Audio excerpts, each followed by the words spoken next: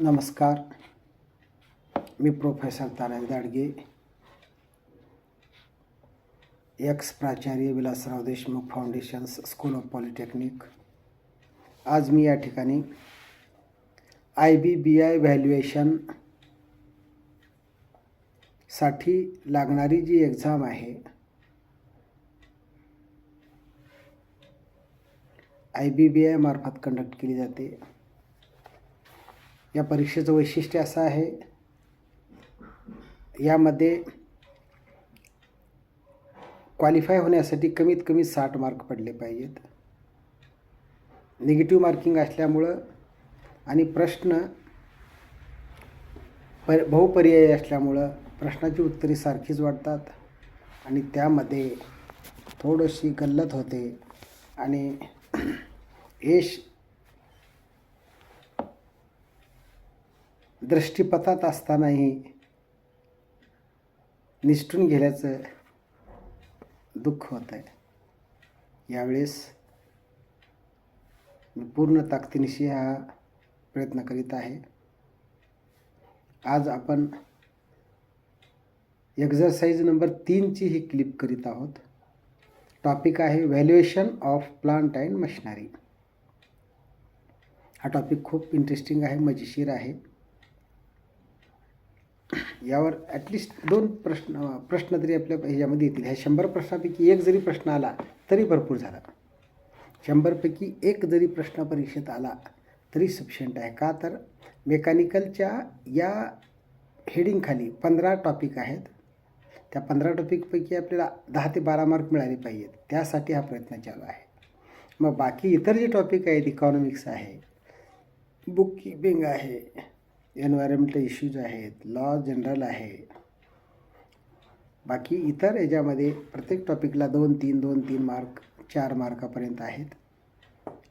पण आपला हा मेकॅनिकलचा कोर ब्रांचचा जो सब्जेक्ट पार्ट आहे, या पार्टला 10 ते 12 मार्क आहेत, ते कव्हर करण्याचा मी प्रयत्न करीत आहे. आज ही टॉपिक नंबर 3ची क्लिप मी बनवतो आहे. प्रश्न पहिला आहे, valuer of plant and machinery should have broad understanding of. उत्तर आहे performance and cut outlook of industry to be valued. ज्या इंडस्ट्रीचं, ज्या कंपनीचं तुम्ही व्हॅल्युएशन करणार आहात त्याची ऑपरेटिंग प्रोसेस व जनरल आउटलुक समजणं अति महत्त्वाचं आहे. बाकी पर्याय आहेत, ते पर्याय बघायची गरज नाही. क्वेश्चन नंबर 2 आहे, valuer of plant and machinery should have capability to discuss with team of company management in a subject of. उत्तर आहे financial and technical. Question number 3, which of the following is not duty of the function of valuer of plant and machinery. खालीलपैकी कोणती duty नाही? ड्युट्या कोणत्या आहेत आपण ते बघणार आहोत, पण ड्युटी कोणती नाही पहिल्यांदा उत्तर सांगतो. Which of the following is not duty and function of valuer of plant and machinery. Testing of soil condition हे त्याचं काम नाही. मग काम कोणतं आहे? Inspection of machinery, data collection and market survey of industry or machinery. आणि 3 नंबर आहे मेकिंग लिस्टिंग, म्हणजे इन्व्हेंटरी लिस्टिंग करणे. हे तिन्ही कामं व्हॅल्युअरची आहेत. 4 नंबरचा प्रश्न, which statement about cost is correct. कॉस्टच्या बाबतीत कोणती स्टेटमेंट करेक्ट आहे? आता उत्तर आहे ऑल ऑफ द अबव. आता ऑल ऑफ द अबव म्हणजे ABC आहेत. Number A, price paid for goods and services is becomes its cost to the buyer. ही कॉस्ट कुणाकडे जाते? खरेदीदाराकडे जाते. Price paid for goods and services, एखाद्या गुड्सला किंवा सर्व्हिसला जी किंमत मोजावी लागते ते कुणाचा पार्ट बनतो? Is becomes its cost to the buyer. Second one, amount required to create produce the goods and services. Number C, price paid for goods and services. हे तिन्हीच्या तिन्ही उत्तरं हे जे आहेत.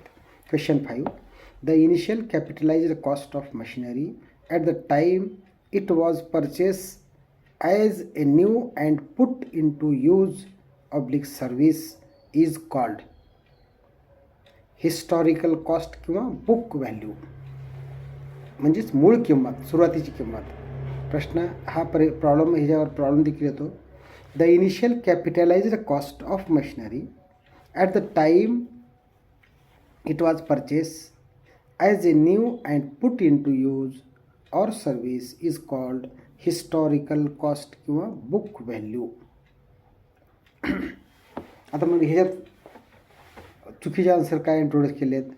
Cost of capital, value in use, cost of machinery.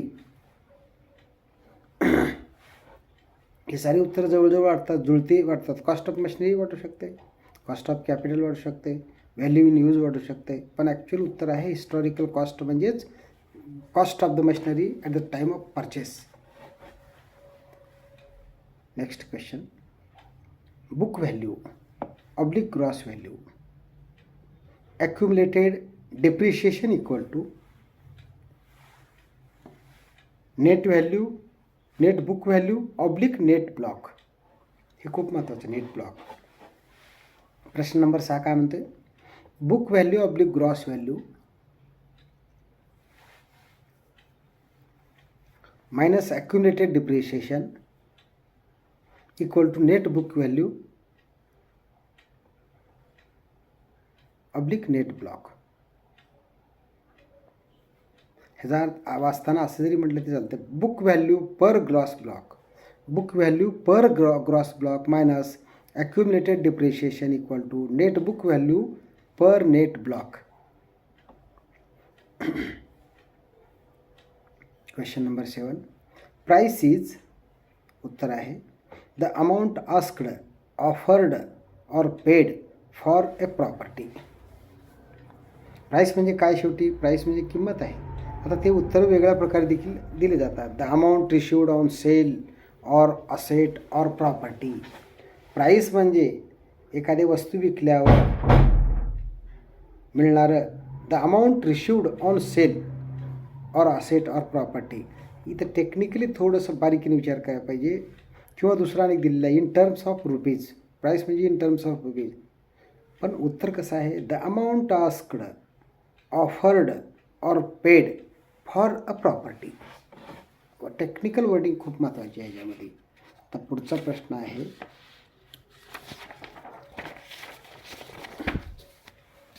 Question number 8. Cost and price are, cost and price are, उत्तर दिले fact. Fact. आता बाकीचे उत्तरं कशी दिले बघा? Estimation, imaginary, none of the above.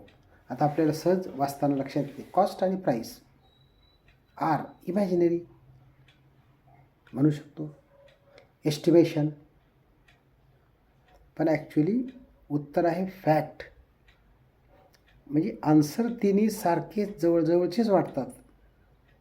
Overall ज्यावेळेस आपण सुरुवातीला अभ्यास करत नाही, जनरल आपल्या पहिलेच्या पूर्वीच्या नॉलेजचा आपण ज्यावेळेस वापर करतो आणि पेपर ज्यावेळेस देतो त्यावेळेस उत्तर आपण देताना इमॅजिनरी म्हणू शकतो, एस्टिमेशन म्हणू शकतो आणि नन ऑफ द अबोव पण दिलेलं आहे खाली, हे बी म्हणू शकतो. फॅक्ट म्हणू शकत नाही, सांगता येत नाही ना.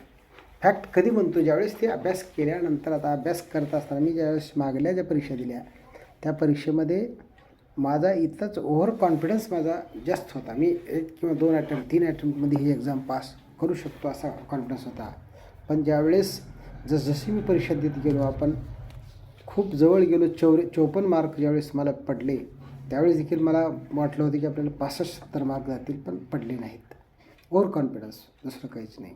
आता आपल्याला बारीकीनं आणि बारकाव्यानं नॉलेजनं अभ्यास करून ही एक्झाम देणे गरजेचं आहे. Cost and price are fact. General ह्याच्यामध्ये माणूस हे लिहू शकत नाही. ज्याला त्याचं नॉलेज आलं तोच त्याचं आन्सरिंग करू शकतो. 9 नंबर बघा. Value may be described as, value may be described as, उत्तर आहे the present worth of future benefit. The present worth of future benefit arising from ownership of real or personal property. Value म्हणजे काय आहे शेवटी? Value म्हणजे present worth, आजच्या तारखेत गुंतवलेलं भविष्यात मिळणारं benefit arising from ownership of real और पर्सनल प्रॉपर्टी. वर्ड किती आता बाकीचे जे 3 वर्डिंग आहेत ते वाचल्यानंतर देखील आपल्याला लक्षात येणार नाहीत की बाबा आन्सर कोणता असेल. हेच आन्सर आहे. Value may be described as present worth, आजच्या तारखेत तुमची जी प्रॉपर्टी आहे त्याचं जे प्रेझेंट वर्थ आहे, त्याची जे आज किंमत आहे, त्याला भविष्यात मिळणारं जे बेनिफिट आहे ते म्हणजे व्हॅल्यू आहे. Question number 10. Value is A आणि कंसात दिले N. And value is and. A का दिलं आहे? तर इथं ए, ई, आय, ओ, यूचं जर उत्तर तुम्हाला घ्यायचं असेल अँड येते, आणि ह्याला सोडून जर घ्यायचं असेल तर ए येऊ शकते. म्हणून व्हॅल्यू इज ए कंसात एन. एस्टिमेशन दिले, उत्तर आहे एस्टिमेशन. व्हॅल्यू म्हणजे एस्टिमेशन आहे. तुम्ही भविष्यासाठी जे काही एस्टिमेट करताय ते आहे.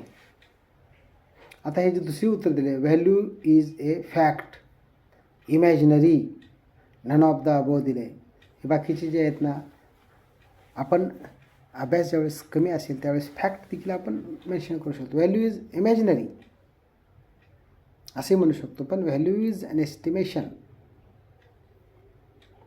Question number 11. Valuation is. Valuation is, आता व्हॅल्यू झालं. Valuation is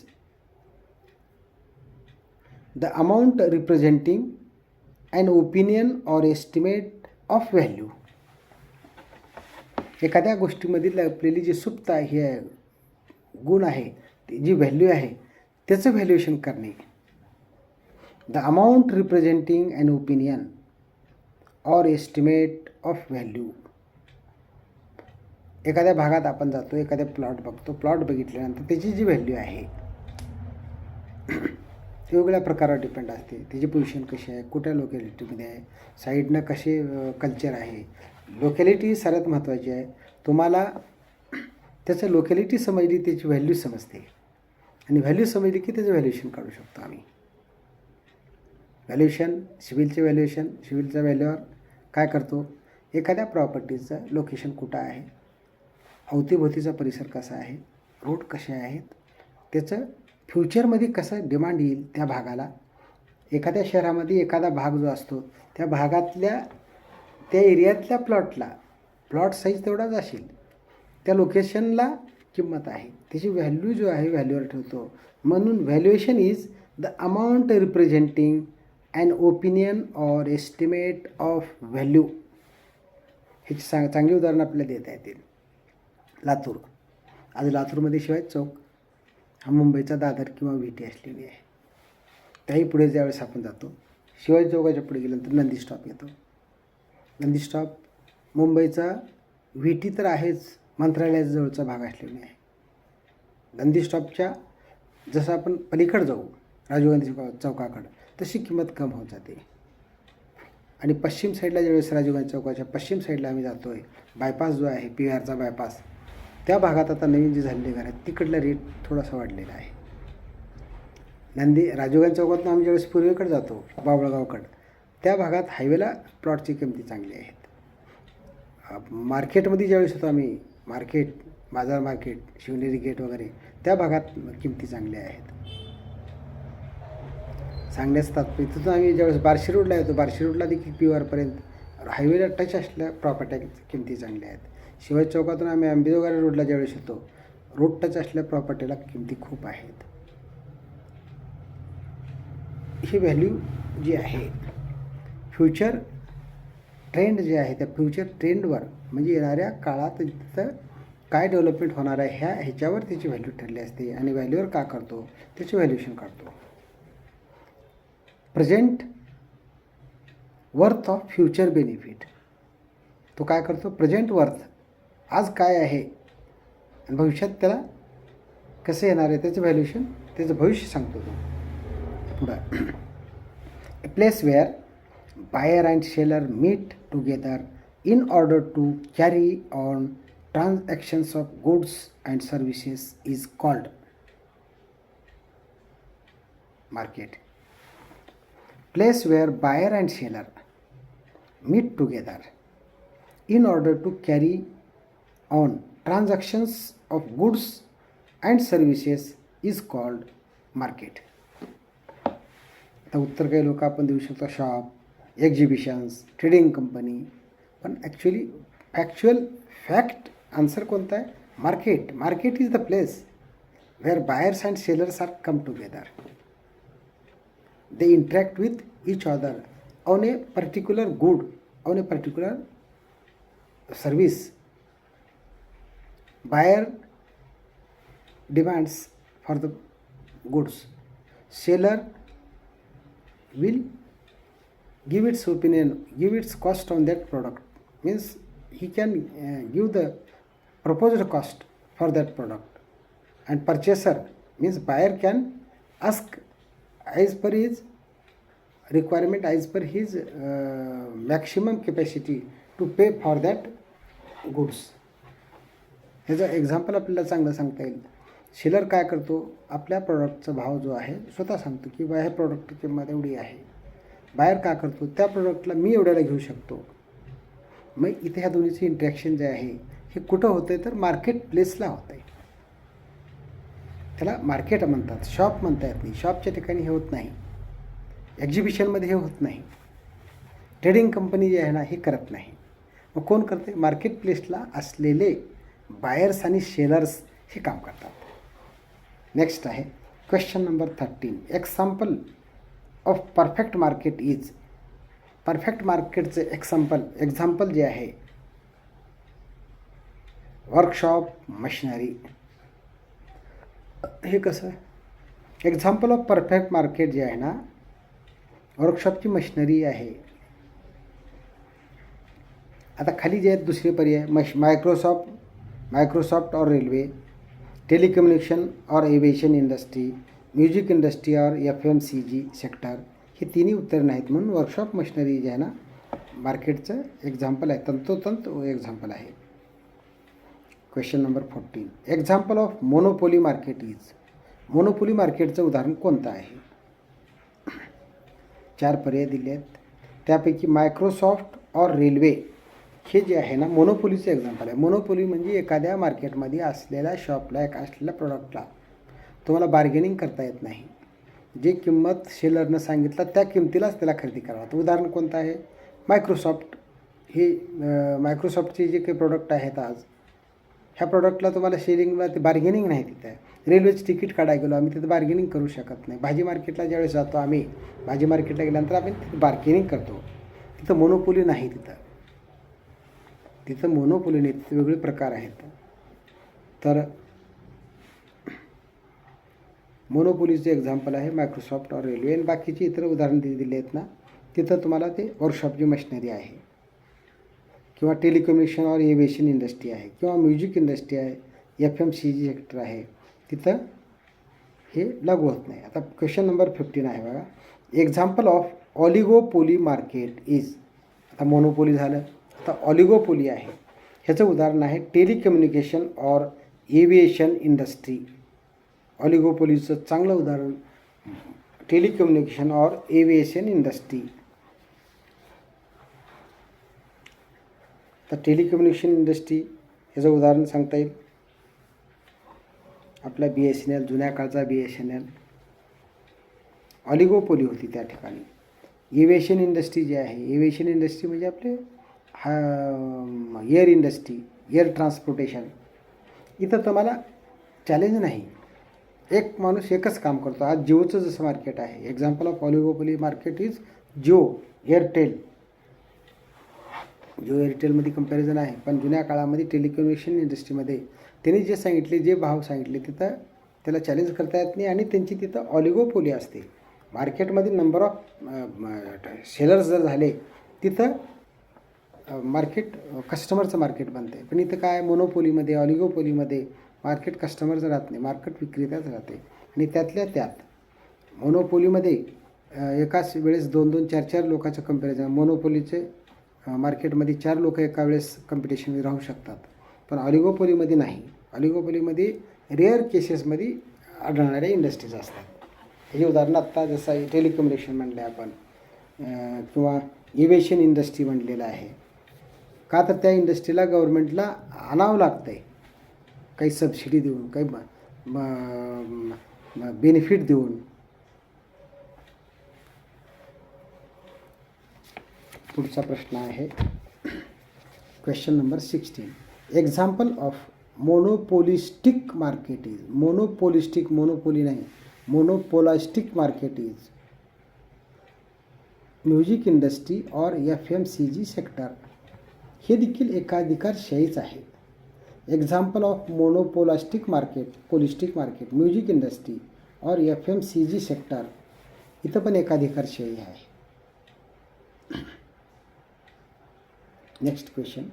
the assemblages of assets that may be include specialized non-permanent buildings, machinery and equipment is called plant. उत्तर काय आहे? प्लांट. प्लांटची व्याख्या कशी केली जाईल? The assemblages of assets, assembly करणे, the assemblages of assets that may be include specialized non-permanent buildings, machinery, equipment is called plant. प्लांटमध्ये काय केलं जाते? असेंबली केली जाते. कशाची? काही मशीन पार्ट्सची, काही बिल्डिंगच्या काही स्पेअर पार्ट्सची, किंवा काही इक्विपमेंट बनवले जातात, त्याला प्लांट असं म्हटलं जाते. आता त्याचे खाली पर्याय काय दिले आहेत? इंडस्ट्री म्हणलेला आहे, प्लांटच्या ऐवजी इंडस्ट्री म्हणलेलं आहे. द असेंब्लीज ऑफ असे इंडस्ट्रीमध्ये देखील केलं जाते, पण इंडस्ट्री ना वर्डिंग जे आहे, plant it is the place where man machines are come closer and they can assemble the products and they can prepare, they can manufacture the machines of equipments. त्याला दुसरं नाव ह्याने म्हटलं मॅन्युफॅक्चरिंग युनिट म्हणलेलं आहे. All of the अबो म्हणलेलं आहे. आता आपल्याला काय होईल? किंवा the assemblages of assets that may be include specialized non-permanent buildings, machinery, equipments is called plant. Plant हे टेक्निकल वर्ड आहे. Industry, manufacturing unit, all of the अबो, हे ऑल ऑफ द म्हणजे तिन्ही वर्षे जर बरोबर असते तर ऑल ऑफ द असलं तर इंडस्ट्री आणि मॅन्युफॅक्चरिंग युनिट हे जे आहेत ना जनरल वर्डिंग आहेत. स्पेसिफिक पर्टिक्युलर वर्ड म्हणजे plant. Next question, question number 18. Individual or a collection or a fleet of machines that may be employed, installed or remotely operated in connection with a user's industrial or commercial processes, trade or businesses sector is called machinery. प्रश्न कसा आहे बघा. Individual or collection or a fleet, individual or a collection or a fleet of machines that may be employed, installed or remotely operated.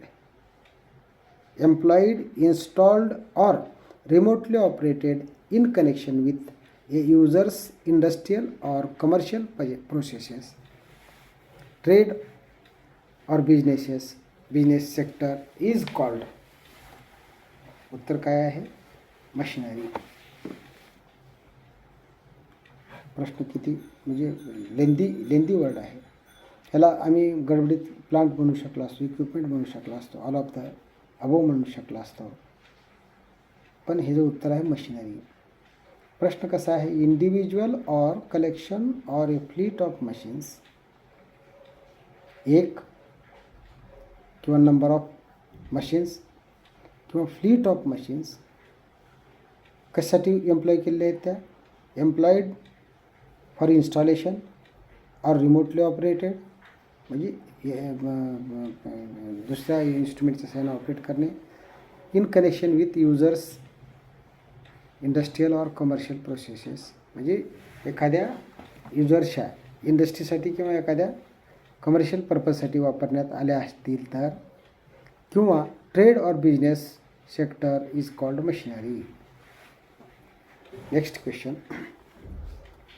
ancillary assets that are used to assist the function of the enterprise oblique entity is called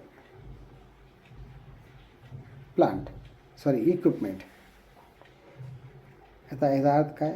ancillary assets that are used to assist the function of the enterprise or entity is called equipment. आता इथं actually equipment का म्हणले? ancillary assets that are used to assist the function of the enterprise or entity is called equipment. एखाद्या एंटरप्राईजच्या सोयीसाठी काही ancillary unit जर वापर केले असतील तर तशाला इक्विपमेंट म्हटलं जातं. ह्याला मग आपण प्लांट किंवा मशिनरी का म्हणू शकतो? मशिनरी देखील म्हटलं असतो ना. मशिनरी आणि इक्विपमेंटमध्ये फरक आहे, तो आपण फरक पुढं बघणारच आहोत. याला 3, 4, 5 प्रकारे ह्याचा फरक डिफाईन करण्याचा मी प्रयत्न केलेला आहे. मशिनरी, ॲक्च्युली मशिनरीचा अर्थ एवढाच होतो, मशीन्स म्हणजे जे एक एनर्जी कंझ्युम करून दुसऱ्या एनर्जीचं रूपांतर करते. आणि ह्याच्यामध्ये एक रिलेशन आहे, त्याच्यात फोर्स खूप महत्त्वाचा आहे. मशीन्स म्हटल्यानंतर तिथं फोर्स हा बेस कन्सिडर केला जातो. इक्विपमेंटमध्ये फोर्स कन्सिडर केला जात नाही. जनरली इक्विपमेंट जे असतात ना, काहीतरी इनपुट एनर्जी त्याला द्यावीच लागते, पण आउटपुट जे आहे इक्विपमेंटच्या थ्रू निघणारं कुठंतरी एखाद्या कॅलिब्रेशनच्या रूपाने निघतं ते.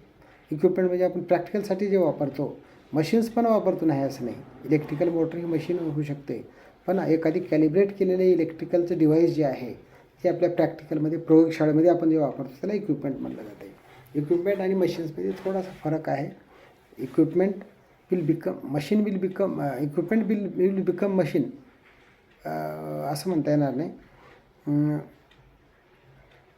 दोन्ही टेक्निकली थोडेसे त्याच्यामध्ये सेपरेशन्स आहेत. कधी एखाद्या इक्विपमेंटमध्ये मशीनचा वापर केला जाईल, छोटे छोटे इलेक्ट्रिकल मोटार आहेत किंवा काही कॅलिब्रेट केलेले काही आउटपुट देणारे जे आहेत ना, छोटे पार्ट्स हे केले जातात, पण ते मशीन होत नाहीत. त्यांनी मशीनमध्ये त्या ठिकाणी त्याला सेपरेट एक एनर्जी फोर्स लागतो. एक एनर्जी घेऊन त्याचं कन्वर्शन तो दुसऱ्या रूपातल्या एनर्जीत करतो किंवा फोर्सच्या रूपानं करतो. Electrical energy converted into force, power, running of the machines, हे जे कन्झम्शन करणारे जे इक्विपमेंट हे आहेत, युटेन्सिल्स आहेत, त्याला आपण मशीन्स म्हणतो. या ठिकाणी मशीन्स आणि इक्विपमेंटचा इथं थोडासा उपवास झालेला. आपण चला पुढे जाऊया. Question number 20. Machine tools, sensors, controller, indicators are example of equipment. इक्विपमेंटचे उदाहरण कोणते आहेत? Machine tools, sensors, controllers, indicators, हे सारे एक्झाम्पल आहेत. Next question number 21. Installations and support. Facilities for manufacturing in an industry designed to perform a specific predetermined function, whether used as singly or in combination with other items to enhance the productivity or operating facility, and includes all devices in fixed or movable form other than real estate deployed in manufacturing, processing or assembling of products from the stage or raw materials to finished goods is called. याला काय म्हटलं जाईल? आता उत्तरं त्यांनी दिलेले जे आहे प्लांट अँड मशिनरी म्हटलं जाते. त्यांनी इतर पण उत्तर दिलेले आहेत. प्लांट, आपण प्लांट म्हटल्या आपण म्हणू शकतो plant is the place where all are assembled, gather together. वरी जे आपण मेन्शन केलेले ते सारे तिथं असतात प्लांटमध्ये. पण प्लांट जनरल वर्ड आता इथं जे आहे ना त्याला प्लांट अँड मशिनरी. प्लांट तर आहे, प्लांटमध्ये मशिनरी आहेत. आता नंबर 2चा आन्सर त्याचा होतं मशिनरी, नंबर 3चा आन्सर होतं इक्विपमेंट. वरी काय दिले, प्लांट वेगळं दिलं आहे, मशिनरी दिलं आहे आणि इक्विपमेंट दिलं आहे. आणि डी नंबरला काय दिले, प्लांट अँड मशिनरी दिले. आता थोडासा इथं आपण विचार करण्यासारखा आहे. Installations and support facilities for manufacturing in an industry designed to perform a specific predetermined function, whether used singly or in combination with other items, to enhance the productivity of the operating facility, and includes all devices in fixed or movable form other than real estate. म्हणजे तुम्हाला plant and मशिनरीचं valuation करताना real इस्टेटचा जो बिल्डिंगचा भाग आहे तिथं consider केला जात नाही. Neitherला deployed in manufacturing, processing or assembling of products from the stage of raw materials to finished goods is called plant and machinery. Next question. Question number 22. Personal property permanently attached to real estate that has become part of the real estate is called fixture. एखाद्या बिल्डिंगचा काही हिस्सा जमिनीला fix केलेला आहे,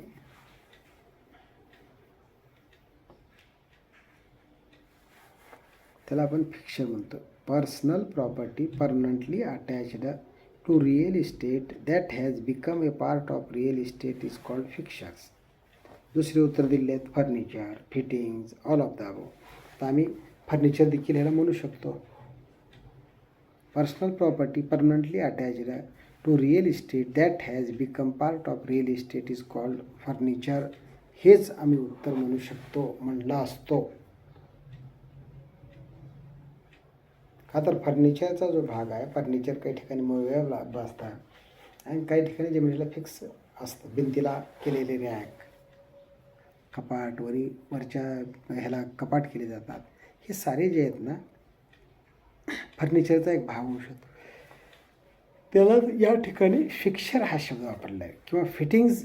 आता उत्तर कसे आहेत बघा, furniture, fitting, all of the above. आता ऑल ऑफ द अबोव असल्यामुळे शेवटच्या टप्प्यात मी जर हे वाचलं असतो फिक्चर, फर्निचर, फिटिंग, हे सारं बरोबर आहे. हा पार्ट सिव्हिलचाच भाग आहे, मग ह्याला ऑल ऑफ द म्हणायला काय हरकत आहे.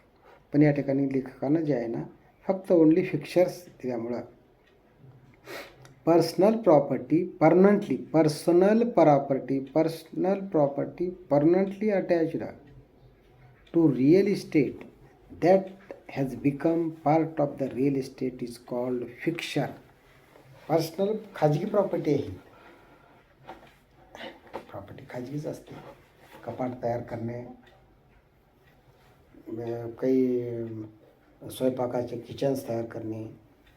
इंडस्ट्रीमध्ये जर आम्ही गेलो तर इंडस्ट्रीमध्ये जे आहेत ना फिक्चर्स जे तयार होतात, fixtures are used for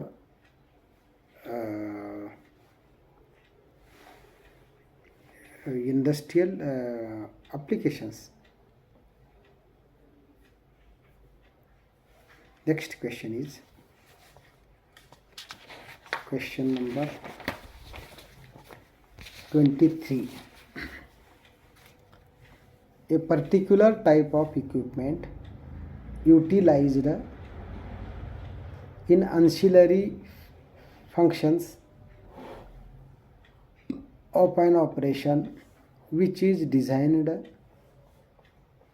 to provide a convenient and efficient work location for personnel or necessary storage facilities is called.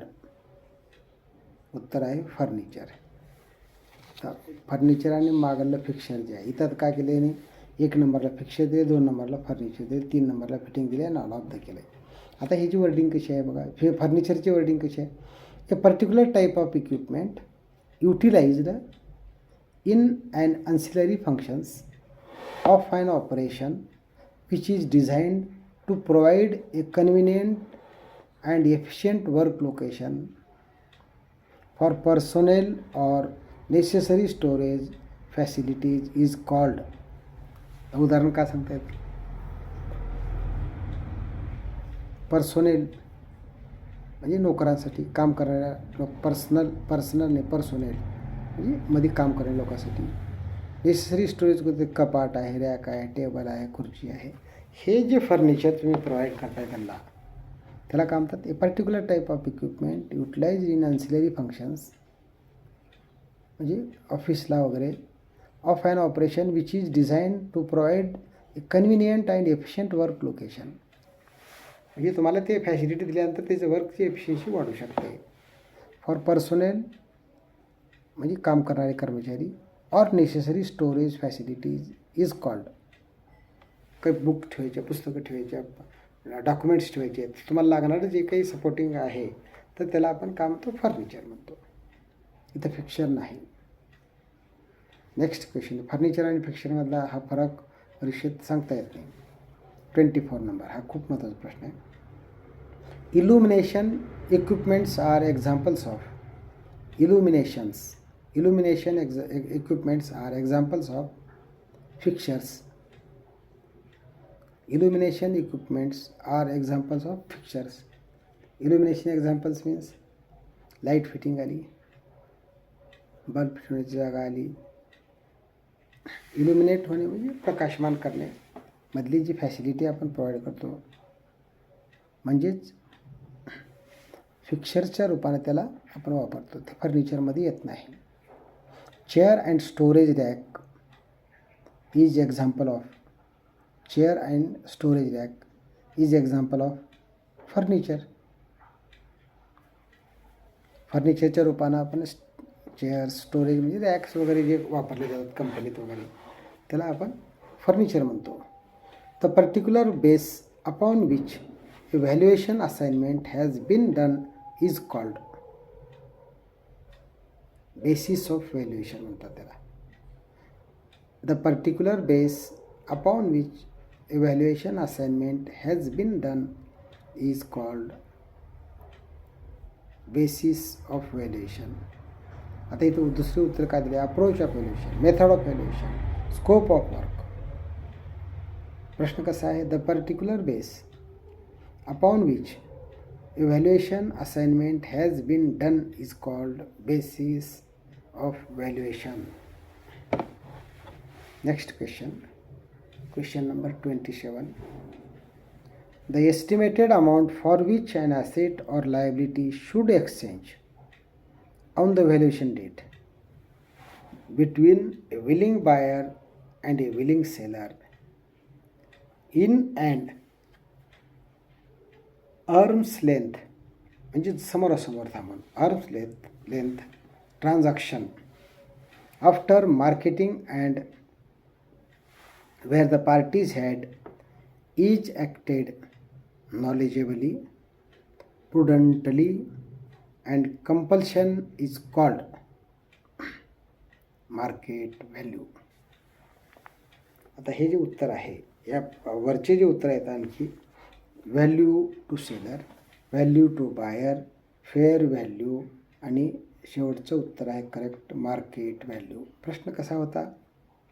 The estimated amount for which an asset or liability should exchange on the valuation date between a willing buyer and a willing seller in an arm's length transaction after proper marketing and where the parties had each acted knowledgeably, prudently and without compulsion is called marketplace. तुम्ही मार्केटला आलात साहित्य खरेदी करायला, विकणारा विकायला, घेणारा खरेदी घ्यायला आलाय. घेत असताना दोन्ही नॉलेजेबल आहेत. खरेदी घेणारा काही डोळे झाकून घेत नाही, विकणारा काही कमी भावाने करत नाही. पण विकत असताना ह्याच्यामध्ये सारं सदविवेक बुद्धीनं हे सारा व्यवहार जे ठिकाणी होतो त्याला मार्केट प्लेस म्हटलं जाते. मार्केट त्याची व्हॅल्यू आहे. एकदा तुम्ही आता ह्याच्यात marketing and where the parties had each acted knowledgeably, prudently and without compulsion, ही वर्डिंग खूप महत्त्वाची आहे. आणि ह्या प्लेसला काय म्हणतात? याला मार्केट व्हॅल्यू म्हणतात. Value to the seller, buyer, fair value काहीच नाही. फेअर व्हॅल्यू आपल्याला वाटून जाणं सहज शक्य आहे, पण ह्याचं नाव आहे market value. Next question, which of the following is not element of market value? खालीलपैकी कोणता एलिमेंट मार्केट व्हॅल्यूच्या मध्ये येत नाही? आता दिलेले आहेत ते उत्तर दिलेलं आहे, न येणारं कोणता दिलेला आहे? रिस्ट्रिक्टेड मार्केटॅबिलिटी. रिस्ट्रिक्टेड मार्केटॅबिलिटी हे ह्याच्यात येत नाही. Which of the following is not element of market value? Market व्हॅल्यूमध्ये कोणता भाग येत नाही? रिस्ट्रिक्टेड मार्केटॅबिलिटी येत नाही. आता हे येते कोणतं मग? Willing buyer and willing seller. Arms length transaction, समोरासमोर बसून, एक आर्म्स लेंथ म्हणजे एक हाताच्या अंतरावर, दोन हाताच्या अंतरावर बसून जे एकमेकाला बार्गेनिंग करून जे ठरतंय ते. आणि डी दिले आहेत, ती शी तर आहे रिस्ट्रिक्टेड मार्केटॅबिलिटी, हे उत्तर आहे. आणि विदाऊट कंपल्शन. आता ह्याचा उलटा प्रश्न आपण असंच तयार करू शकतो, which of the following is element of market value? Not नाही, इज मार्केट व्हॅल्यू म्हटलं तर काय येईल मग? Willing buyer, willing seller, arm length transaction, without compulsion. आणि खाली जर दिला असलं ऑल ऑफ द अबो, तर ऑल ऑफ द अबो होऊ शकते. Which of the following is element of market value? Market व्हॅल्यूचे एलिमेंट कोणकोणते आहेत खालीलपैकी? विलिंग सेलर आणि बायर हे दोघं बी येतात. आर्म लेंथ ट्रान्झॅक्शन ही कंडिशन आहे त्याची. आणि विदाऊट कंपल्शन, ह्यात काही बळजबरी नाही कोणाला. तुम्हाला एकदा घ्यायचं असेल तर समोरासमोर तुम्ही आर्म्स लेंथवर थांबून घेऊ शकता. आणि इथे विचारलेला प्रश्न कसा होता? Not element of the market value म्हणलेला आहे. त्याच्यामुळं तुम्हाला रिस्ट्रिक्टेड मार्केटॅबिलिटी हे तिथं उत्तर येईल. 29 नंबरचा क्वेश्चन आहे, the price that would be received to sell an asset or paid to transfer a liability in an orderly transaction between market participants at the measurement date is called. प्रश्न कसा आहे? The price that would be received to sell an asset or paid to transfer a liability in an orderly transaction between market participants at the measurement date is called fair value. आता ह्याच्यामध्ये दुसरे जे उत्तर आहेत बघा, value to buyer, value to seller, market value. आता इथं fair value आणि मार्केट व्हॅल्यू ह्या दोन गोष्टीमध्ये थोडंसं कन्फ्युजन आहे. थोडंसं जरा विचार करायचा ह्याच्यामध्ये. The price that would be received, जी किंमत ही मिळालेली आहे, कशाला मिळाली? To sell an asset or paid to transfer a liability. Paid to transfer a liability म्हणजे तुम्हाला एखादी वस्तू विकलेली आहे, ॲसेट विकलेलं आहे, किंवा एखादी तुम्ही फॅसिलिटी दिलेली आहे, सर्व्हिस दिलेली आहे. Paid to transfer a liability in an orderly transaction between market participants at the measurement date is called market value आणि फेअर व्हॅल्यू. या दोन्हीपैकी फेअर व्हॅल्यू हे उत्तर आहे, मार्केट व्हॅल्यू होत नाही. प्रश्न कसा आहे? प्रश्न खूप महत्त्वाचा आहे, ते समजणं गरजेचं आहे. 29 तर क्वेश्चन नंबर 30 आहे,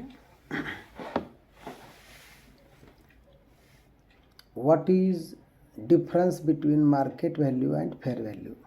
वरचा जो प्रश्न होता त्याचं आता इथं उत्तर मिळणार आहे. डिफरन्स बिटवीन फेअर आणि मार्केट व्हॅल्यू काय आहे? उत्तर आहे discount of marketability and lack of control. का म्हणले? What is the difference between market value आणि फेअर व्हॅल्यू? ह्या दोन्हीमध्ये काय फरक आहे? मार्केट व्हॅल्यू ह्याच्यामध्ये उत्तर काय आहे? Discount of marketability and lack of control. आता दुसरे उत्तर काय आहेत बघा, arm's length transaction and orderly transaction. C आहे valuation date and measurement date, none of the above. पण उत्तर आपलं काय? Discount of marketability and lack of control is the difference. It is the parameter which differentiate market value and fair value.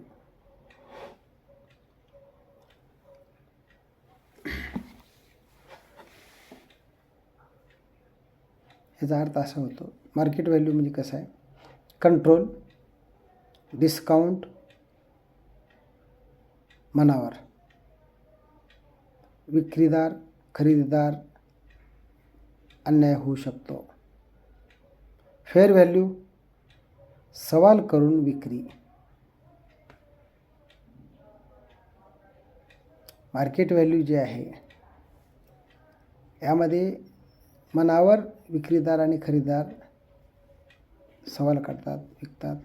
यात अन्याय होण्याची शक्यता असते. मार्केट व्हॅल्यूमध्ये मार्केटची व्हॅल्यू आहे आणि फेअर व्हॅल्यू जे आहे सवाल करून विक्री होते. Next question.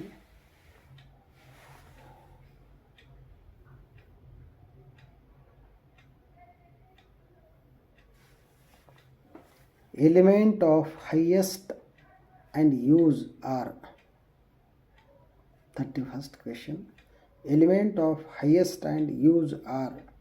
उत्तर आहे legal, physical, financial and economic. Elements of highest and use are legal, physical, financial and economic. ह्याचे उत्तर बाकी इतर पण दिलेले आहेत, ते पण वाटण्याची शक्यता आहे. आता बघा 1 नंबर काय दिले. Income, profit, loss and value. Income, profit, loss and value. आता आपल्या 2 नंबरचं उत्तर जे आहे ना लीगल, फिजिकल, फिनान्शियल, इकॉनॉमिक आहे. तिसरा अनेक पर्याय दिला त्यांनी. Permissible, opportunity and productivity. आणि डी आहे लीगल, फिजिकल, लॉस, व्हॅल्यू. आता element of highest and use are. Legal 1 number, physical 2, 3 number financial आणि 4 नंबर इकॉनॉमिक. आता हे जे उत्तर आहेत, हे जे प्रश्न आणि उत्तर आहेत, हे असे कुठंतरी व्यवहारातले फिट होणारे प्रश्न नाहीत. हे जस्ट लॉजिक लावून ह्याच्या उत्तर द्यायची वेळ येते. 32 नंबरचा प्रश्न आहे. Going concern value may be called. Going concern value म्हणजे काय? याचे उत्तर आहे value in use. Value in use. Going concern म्हणजे जे चाललेला रणगाडा आहे, जे व्यवहार चाललेला आहे, तो जसच्या तसं चालत राहणे. Going concern value is called value in use. Going concern म्हणजे जे आपलं आजचं जो रुटीन चालू आहे त्या रुटीनलाच गोईंग कन्सर्न आपण म्हणू शकतो. Going concern value may B value in use. म्हणजे आज जे व्यवहारात चालू आहे, व्यापारात चालू आहे, त्या व्हॅल्यूलाच व्हॅल्यू म्हटलं जाते. आता त्याचे दुसरे पर्याय तिने सांगितले. Fair value, market value, value in exchange. पण उत्तर जे आहे ना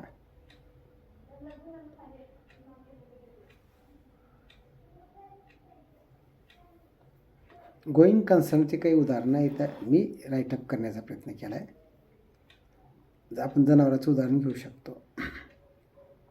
लहान वासरं असतात, मोठे होतात, चांगले तगडा होतात, 6 दाती. पुन्हा 10 वर्षाच्या नंतर, 15 वर्षाच्या नंतर त्याचं वय कमी होत जाते, वाढत जाते. म्हणजे ते शेवटच्या टप्प्याला येतात. 10 वर्षानंतर विकल्यास पैसे कमी येतात, पण कामाची व्हॅल्यू खूप असते. सुरुवातीच्या काळात काम करत नाहीत बैल, पण त्याची किंमत जास्त असते. मग हे असं का व्हावं? हे गोईंग कन्सर्न आहे. यंग बैल जे असतात, परडा असतात, आपले काम न करताही, त्याला काहीच काम न करण्याला देखील पैसे मिळतात. मग ह्याचा अर्थ काय? ते गोईंग कन्सर्न आहे. ते ज्यावेळेस म्हातारी होतात, वयस्कर होतात, कामाला खूप चांगल्या प्रकारे काम करतात, पैसे कमी येतात. काय? ते गोईंग कन्सर्न आहे. उदाहरणं दुसरे. जुनं वाहन,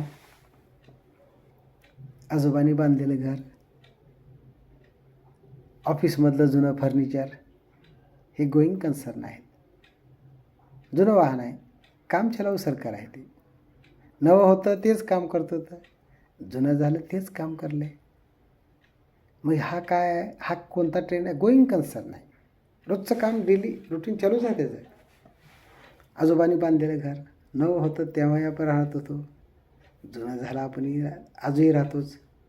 मग फरक काय पडला? तुमच्या काही इन्कममध्ये, एक्सपेंडिचरमध्ये काही फरक पडला नाही. हे गोईंग कन्सर्न आहे.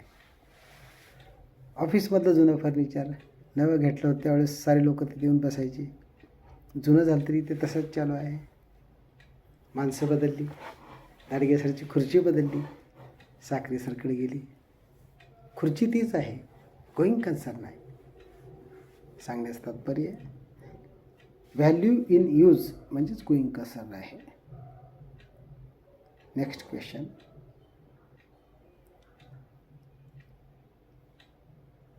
Question number 33. Value in use. Value in use उत्तर आहे नॉन मार्केट बेस्ड. आता याचे दुसरे उत्तर पण दिले आहेत ते चुकीचे आहेत. Seller based, equilibrium based, market based, non market based. Value in use हे नॉन मार्केट बेस्ड आहे. वरच्या उदाहरणावरून आपल्या लक्षात येईल. जुनं जरी झालं तरी त्याचं काम चालू आहे, पण त्याची किंमत मार्केटची कमी होते. व्हॅल्यू इन यूज आहे, ते नॉन मार्केट बेस्ड आहे. बाजारभाव कमी पण उपयोग खूप, म्हणून व्हॅल्यू इन यूज जास्त. Question number 34.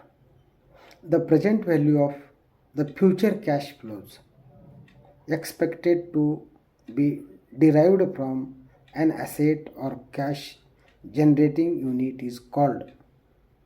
काय म्हटलं जातं? व्हॅल्यू इन यूज म्हटलं जातं ह्याला. हे देखील उदाहरण आपल्याला असं सांगता येईल. The present value of the future cash flows. The present value of the future cash flows expected to be derived from an asset or cash generating unit is called value in use.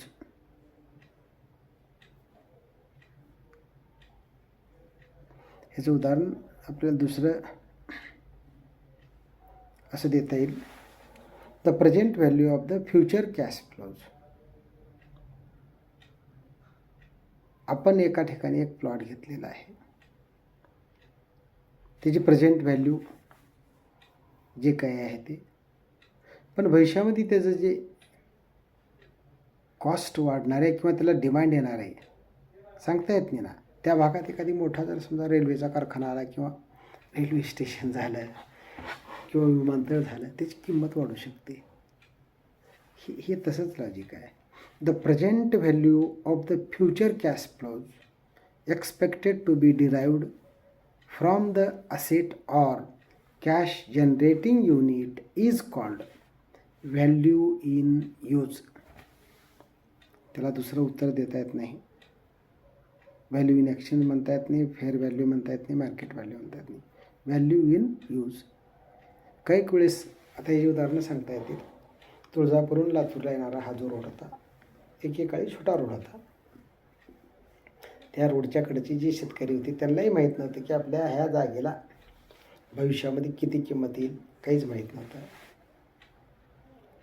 ते value तसेच शेती करायची. रोडच्या कडला होती, शेती करायची. शेती विकण्याचा काही त्यांना मोह नव्हता. का तर आपली ही शेती जी आहे ना, आज मधल्या शेतीला थोडं भाव कमी, आपल्याला थोडं जास्त आहे एवढंच माहीत होतं. पण काळ बदलला, रोड झाला, हायवे झाला. हायवे झाल्यामुळं भविष्य त्याचं बदलून गेलं. 10 लाखाला 20 लाखाला एकरी विकणारी शेती 10 कोटीला एकरी जायची वेळ आली. मग हे जे उदाहरण आहे ह्याला लागू होते. The present value of the future cash flows expected to be derived from an asset or cash generating unit is called value in use.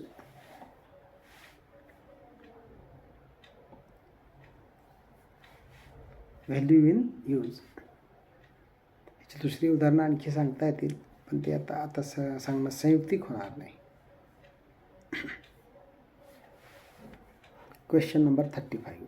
The use of an asset that maximizes its potential and that is physically possible, legally permissible and financially feasible is called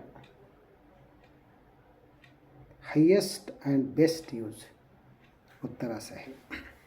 काय म्हटलं आहे? The use of an asset that maximizes its potential and that is physically possible, legally permissible and financially feasible is called highest and best use. दुसरी आता उदाहरणं ह्याच्यात म्हणजे उत्तरं त्यांनी सांगण्यात दिलेलं आहे. Investment use, potential use, maximum use, पण उत्तर करेक्ट लॉजिकल कोणतं आहे? हायेस्ट आणि best use. Question number 36. Value in exchange is market based. Value in use is market based. तर हे दुसरी उदाहरणं हे दिली आहेत. Shelar based, equilibrium based, non market based. पण उत्तर काय आहे? Value in exchange is market based. Question number 37. A graphic representation of the amount of goods purchased at different prices is called. उत्तर आहे demand curve. A graphic representation of the amount of goods purchased at different prices is called demand curve. त्याच्यामध्ये दुसरे उत्तर दिले आहे त्यांनी. Supply curve, demand and supply curve, all of the above म्हटले. All of the अबो असल्यामुळं आपण हे तिन्ही बरोबर असतील असं म्हणू शकतो. का तर प्रश्न कसा आहे? ए graphic representation, graphical representation of the amount of goods purchased at different prices is called demand curve. Next question.